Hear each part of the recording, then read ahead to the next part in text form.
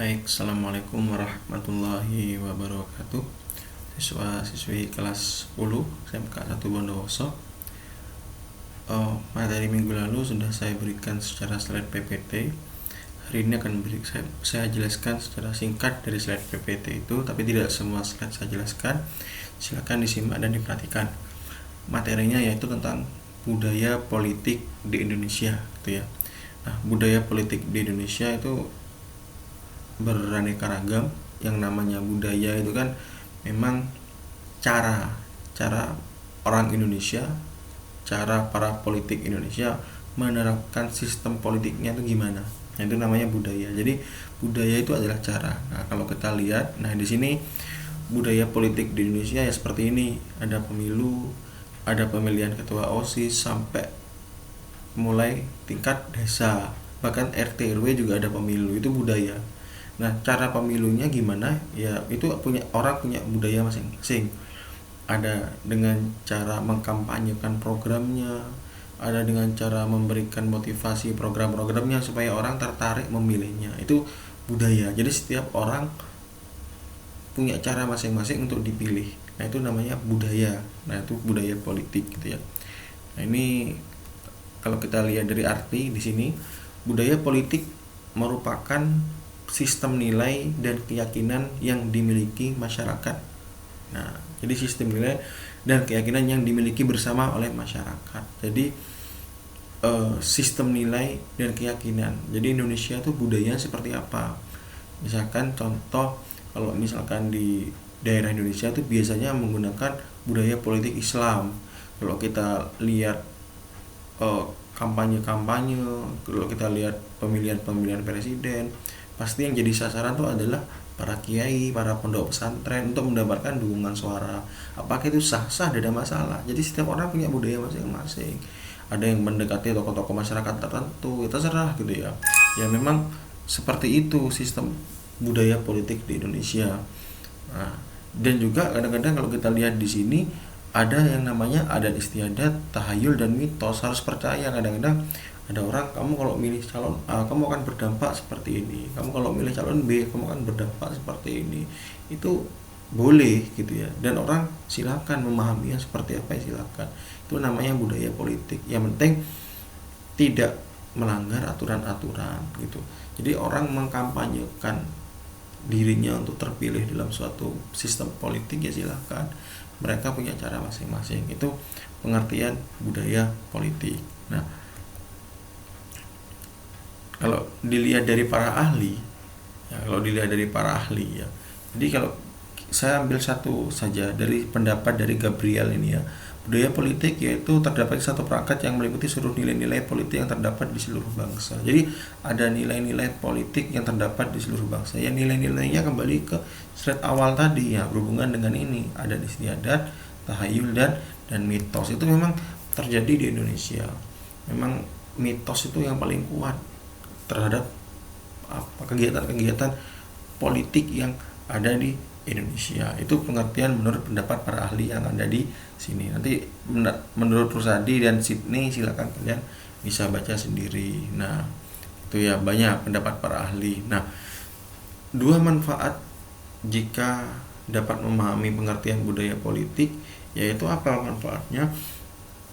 Adanya sikap warga negara terhadap sistem politik yang mempengaruhi tuntutan, tanggapan, dukungan serta orientasi terhadap sistem politik yang ada. Jadi adanya sikap warga negara, sikap berarti ketertarikan.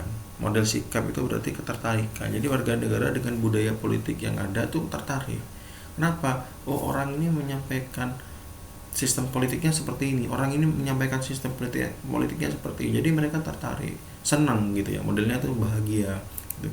Dan dapat mengerti dan memahami hubungan antar budaya politik dengan sistem politiknya. Jadi orang tuh paham, oh orang ini budaya politiknya enak, bagus, ramah kepada masyarakat. Orang ini tidak ramah, jadi saya milih orang yang ramah. Nah, seperti itu. Jadi warga negara tuh paham, karena kan setiap orang punya cara politik yang masing-masing, emosional politik yang masing-masing. Itu menjadikan ciri khas kulturnya gitu ya, ciri khas dan kulturnya. Nah, gitu. Nah, ini komponen-komponen budaya politik Di sini ada yang namanya orientasi kognitif, orientasi efektif, sama orientasi evaluatif. Nah, orientasi kognitif itu berupa pengetahuan. Nah, jadi orang untuk masuk ke dalam budaya politik harus punya pengetahuan tentang ilmu politik, harus punya pengetahuan tentang konsep politik. Tidak ujuk-ujuk masuk politik tapi tanpa ada pengetahuan, harusnya gitu. Yang kedua, afektif. Ini yang berhubungan dengan penampilan atau sikap. Yang namanya orang untuk masuk ke dalam dunia politik, sikapnya harus bagus. Misalkan taat kepada NKRI dan Pancasila, tidak pernah melakukan korupsi, harusnya itu gitu. Jadi kalau sudah aspek kognitif dan afektif punya bagus, ya insya Allah evaluatifnya juga bagus gitu loh. Pengetahuan politiknya cerdas, pintar, penampilan secara afektifnya oke, ramah kepada warga.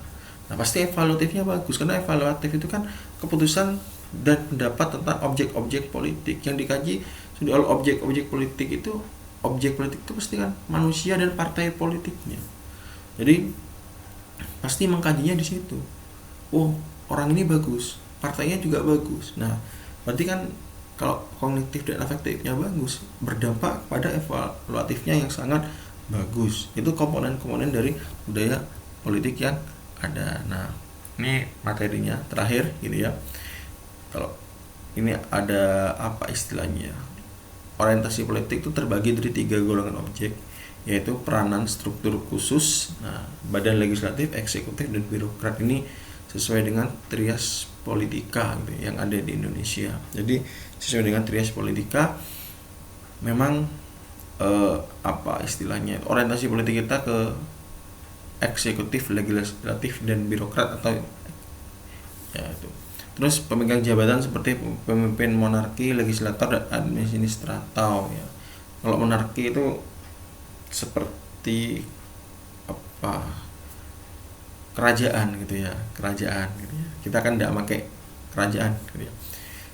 Kebijakan, keputusan, atau penguatan keputusan struktur pemegang jabatan. Nah, ini tergantung dari kebijakan. Ini yang paling penting ya di sini memang letaknya dari kebijaksanaan gitu ya, yang paling penting kebijaksanaan, keputusan, atau penguatan keputusan struktur pemegang jabatan. Memang dalam orientasi politik yang paling hal itu selain AB ini memang kebijaksanaan. Kebijaksanaan ini nanti tertuang dalam bentuk policy atau keputusan. Dan keputusan itu sebagai dampak kepada masyarakat tertentu gitu ya. Oke anak-anak, mungkin sampai sini dulu materinya. Silakan disimak dengan baik, dipahami dengan baik. Jangan hanya menunggu materi dari saya. Alangkah baiknya kalian juga membaca dari berbagai macam literatur. Jika sudah selesai membaca, ya silakan kalian kalau ada pertanyaan tentang hal-hal itu boleh menjapri. Demikian penjelasan dari saya, mudah-mudahan bermanfaat.